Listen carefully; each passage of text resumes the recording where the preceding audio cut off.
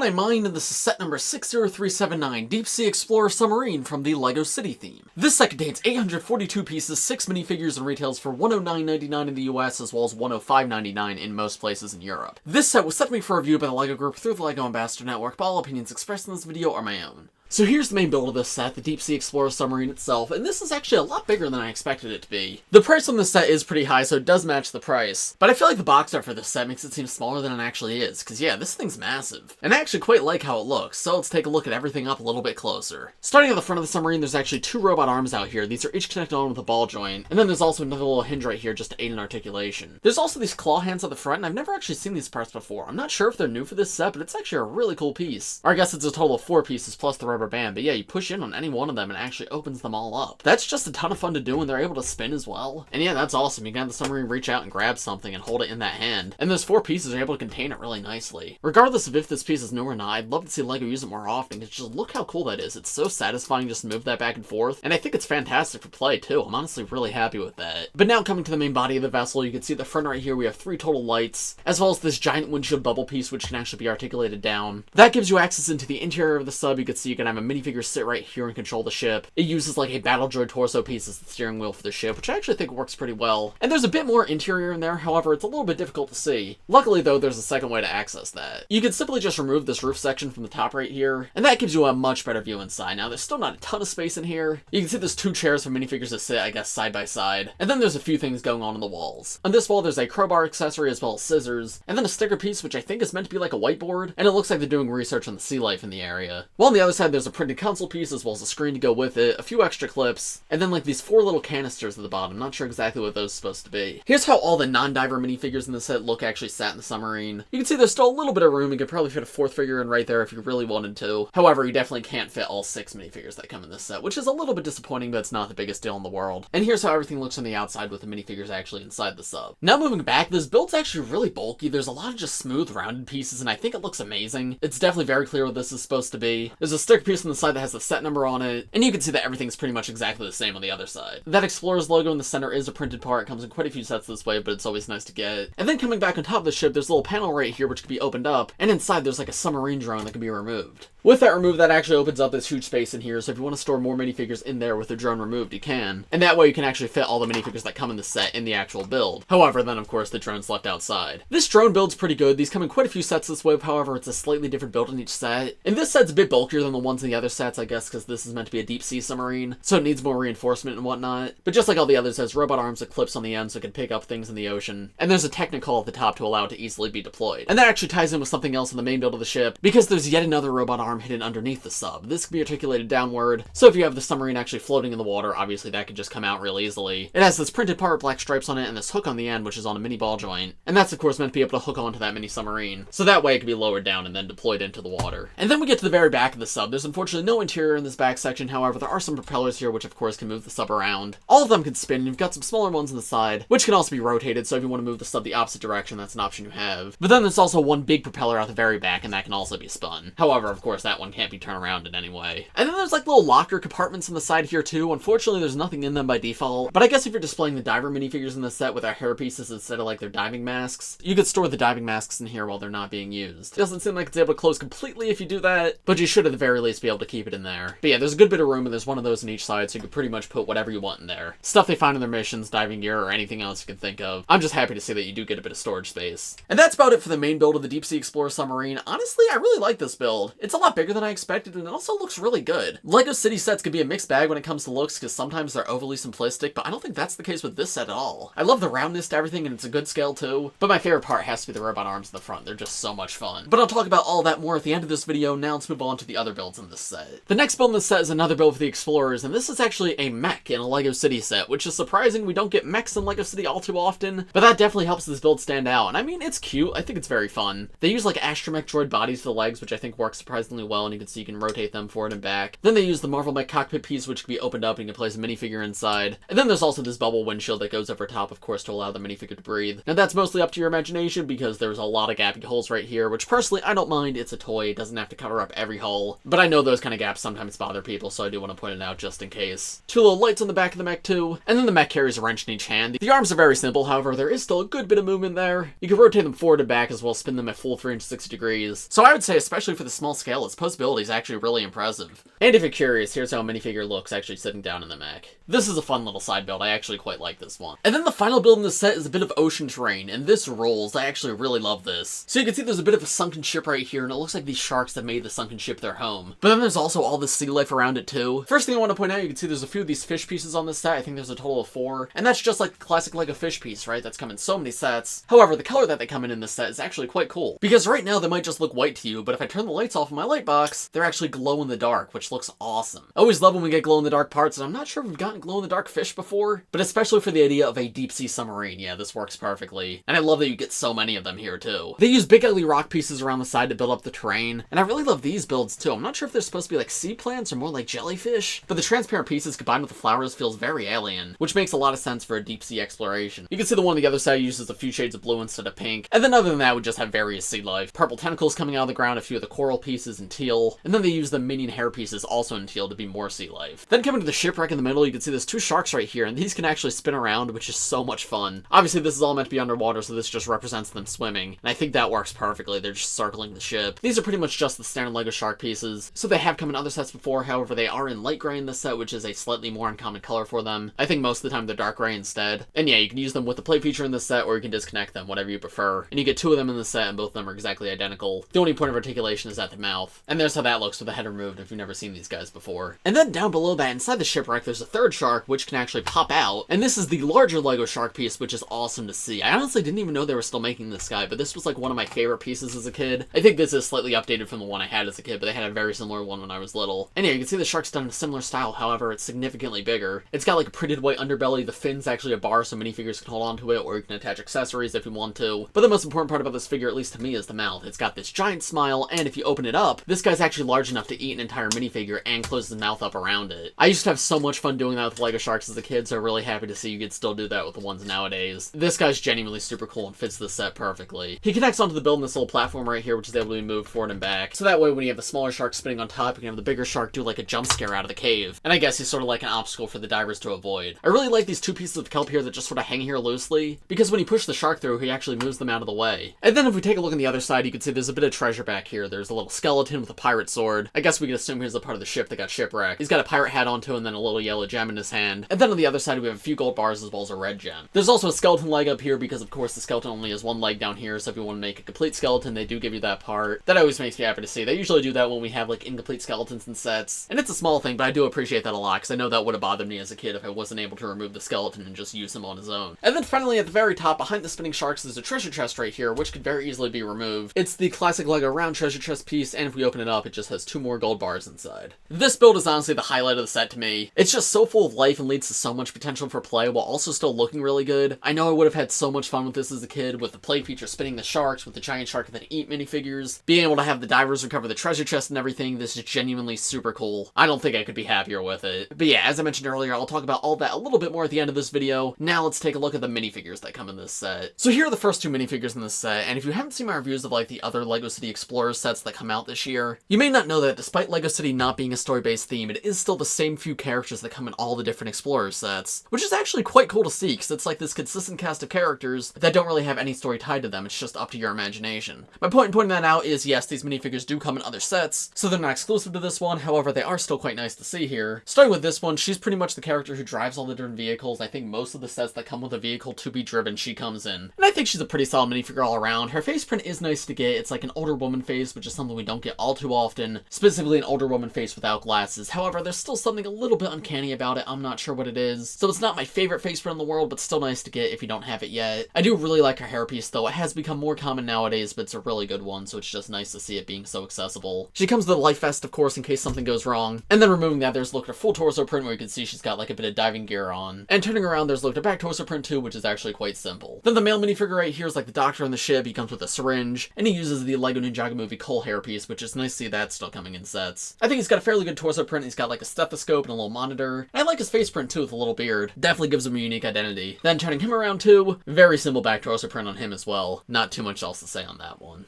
Here are the next two minifigures in this set. We have the mechanic, or at least I assume she's meant to be a mechanic because she's the one who pilots the mech that holds the wrenches, and she comes with a wrench in every set she comes in, as well as our first of the 3 divers in this set. The mechanic is one of my favorite minifigures of this wave. I just think she looks awesome. That hairpiece especially. I think it's a super cool hairpiece in general. It's the Empress Beatrix hairpiece from Ninjago, though in dark red instead. And yeah, dark red is just a really great recolor for it. I'm pretty sure that's all new for this wave. Very simple back torso print on her, of course, but I actually quite like the front torso print too. She's got a very similar jacket that a lot of the other characters have. However, I like how asymmetrical it is with like the zipper off to one side. It just really helps give her own identity. Her face print's pretty good too, with just the black eyebrows and a little smile. And then of course there's no alternate face because that would show through her hairpiece if she had it on. So yeah, I'm really happy with this one. And then here's our first of the 3 divers in this set. Now all the divers use the same exact torso and leg pieces, and 2 out of the 3 use the same helmet. Now this guy's a slightly more intense diving helmet, which is actually pretty cool to see. You can see it connects onto like the classic space air tanks at the back. It's got little lights at the top too, and it's dual molded in both translate blue and this other blue color. This guy comes with a little camera as an accessory,